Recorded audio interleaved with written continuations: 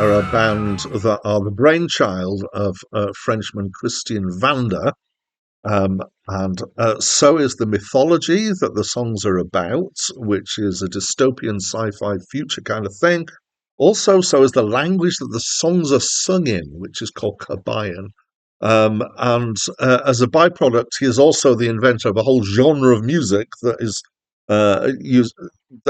titled Zeuhl, basically because other bands thought it'd be a neat idea to follow in Magma's footsteps.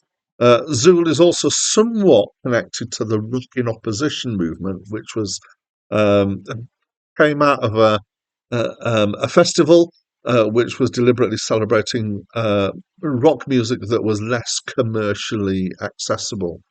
Um, so back to Magma. They've managed to do this stuff with a straight face on and off since 1969 and are still making albums. I count it as 15 so far. Hi, my name's Dan. So I'm going to let you know that I sometimes record these reviews in small batches, which is what I'm doing today. And this could not be more different from the Rock Band album that I've just recorded a review for. This is Magma. And it is this was their third and their most successful album. Now, I've reviewed this album before. Now, a little bit of history there. Before I was doing YouTube reviews, I had a different list that I was working to, and I was reviewing on a blog, which got, a good blog post would get 5 or 6 reads. So it didn't get a lot of exposure. But before that, even I had a list of prog rock albums, about 300 or so that I reviewed, and I posted those reviews on Facebook. But after I'd finished doing them, I decided to put them together into a book that I call Prognostic. It's not officially published in any way, but I did turn it into a PDF and do lots of fancy formatting and stuff. Anyway, that is the context of where I have come across this album before, which is that I reviewed it for that series of reviews. So the name Magma used to conjure up for me an expectation that they were a heavy German heavy rock band or a heavy metal band. And of course, now I know that they are not. They're a French band that are in the subgenre Zeuhl, which is part of prog rock in a kind of broad sense. And the bands who are labeled as Zeuhl sing in this fictitious language called Kabayan. So although it's been claimed that Kabayan does not have semantic meaning, it, but it has phonetic meaning. So in other words, that means you can't directly translate the words into another language, but the sounds of the words invoke some kind of meaning through the phonemes. Um, Despite that, it's also claimed that the word Zul in Kabayan means celestial. Um, the My impression generally is that it sounds quite like German, but when you look at stuff written down, you can see there's lots of more accents being used, and kind of, I think they're using words that are similar on purpose to existing words in other languages. So there's a whole mythology in the about the Kabayan language and the uh, planet, I think, called Kabaya. It was about a group of people who escaping doomed Earth to travel to the planet Kabaya. Yes, in other words, the band had lots of creative fun while not making a lot of sense. Um, so there's definitely a sound to this album.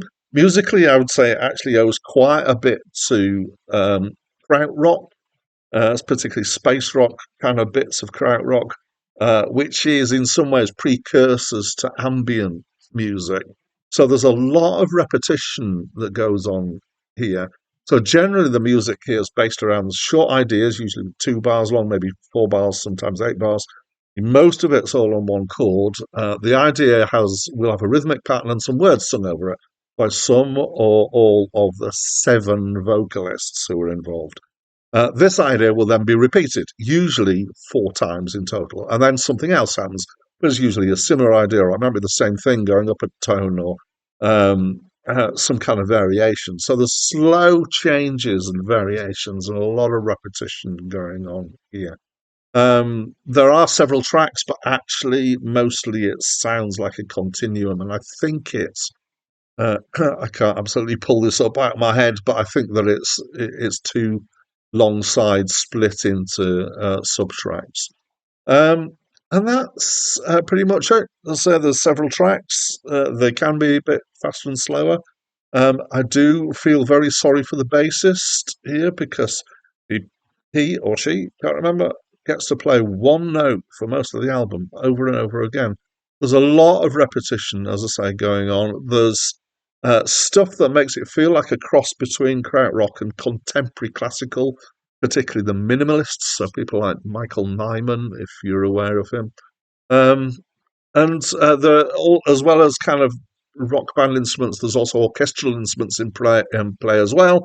So particularly bits of brass and some kind of plinky tuned percussion. I think there's bits of timpani as well. There's the whole thing's got a very big and full sound, and just it's like a wall of sound that just goes on for an album's worth, and has this weird singing in it. So the singing is not only in a weird language, but it's also fairly odd. The vocal delivery is a bit like a cross between choral classical stuff and maybe German cabaret or elements of musical theatre. There's a lot of kind of precise and staccato singing, but even so, it's not easy to make out the words. But of course, then they're in a different language, so you wouldn't expect them to be able to. There is one point where I'm sure that I'm wrong, but they seem to be singing teaspoon over and over, maybe teaspoon and a teaspoon, Anna. But it's probably nothing to do with teaspoons. It is completely bonkers as an album. It does take itself way too seriously, as far as I can tell.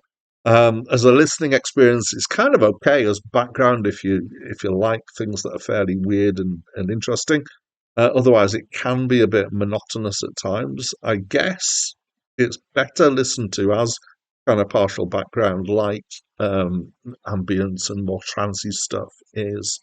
And I think familiarity with it has made me a bit more favourable towards it. So, as I said at the start, I've reviewed this before and I gave it a 5 then. So it's getting more now because I kind of look forward to listening to it, and I didn't mind it when it was on. So it was all right.